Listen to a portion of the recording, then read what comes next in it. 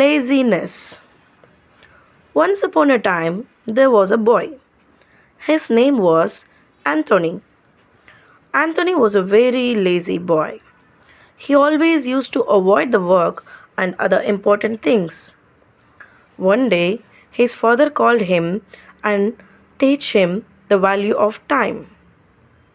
He told him that one should always do things on time.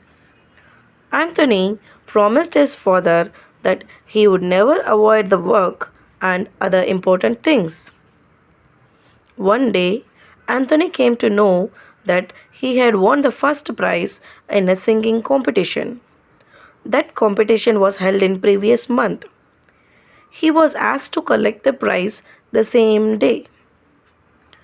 Anthony did not pay attention and care. The next day, he went to collect the prize, but the prize became useless to him. The prize was a ticket to a circus show which was held the previous day. Anthony learned a lesson from the incident. The moral of the story is time is valuable. வாங்க ஒரு குட்டி கதை பார்க்கலாம். சோம்பேறித்தனம். ஓகேங்களா? ஒரு ஊரில் ஒரு பையன் இருந்தான். அவன் பேர் ஆந்தோனி. அவன் ரொம்ப சோம்பேறியாக இருப்பான். எல்லா வேலைகளையும் அவாய்ட் பண்ணிவிட்டு சும்மா லேசியாக இருப்பான். ஓகேங்களா? ஒரு நாள் அவங்க அப்பா அவனை கூப்பிட்டு, டைம் ரொம்ப முக்கியம், நம்ம எப்போவுமே சரியான நேரத்துக்கு சரியான வேலைகளை செய்யணும், நம்ம எப்போவுமே அதை அவாய்ட் பண்ணக்கூடாது, தவிர்க்கக்கூடாது அப்படி சொல்லிட்டு சொல்கிறாங்க. ஸோ ஆந்தனி நான் டைமை கண்டிப்பாக எல்லா நேரத்துலையும் சரியான வேலையை சரியாக செய்வேன் அப்படி சொல்லிட்டு அவங்க அப்பாவுக்கு ப்ராமிஸ் பண்ணுறான்.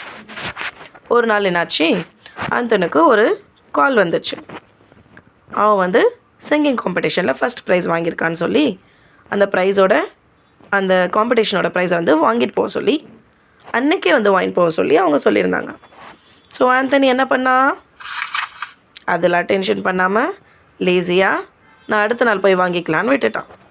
அடுத்த நாள் போய் அவன் ப்ரைஸை வாங்குறப்ப என்னாச்சு, அந்த ப்ரைஸ் அவனுக்கு யூஸ்லெஸ் ஆகிடுச்சு. ஏன்? அவனோட ப்ரைஸ் ஒரு சர்க்கஸ் ஷோவோட டிக்கெட். அந்த சர்க்கஸ் ஷோ அதுக்கு முன்னாடி நாளே கத்தமாயிடுச்சு. ஸோ இதிலேருந்து அவனுக்கு புரிஞ்சிச்சு, நேரம் மிகவும் முக்கியமானது, பொன்னானது அப்படின்றது.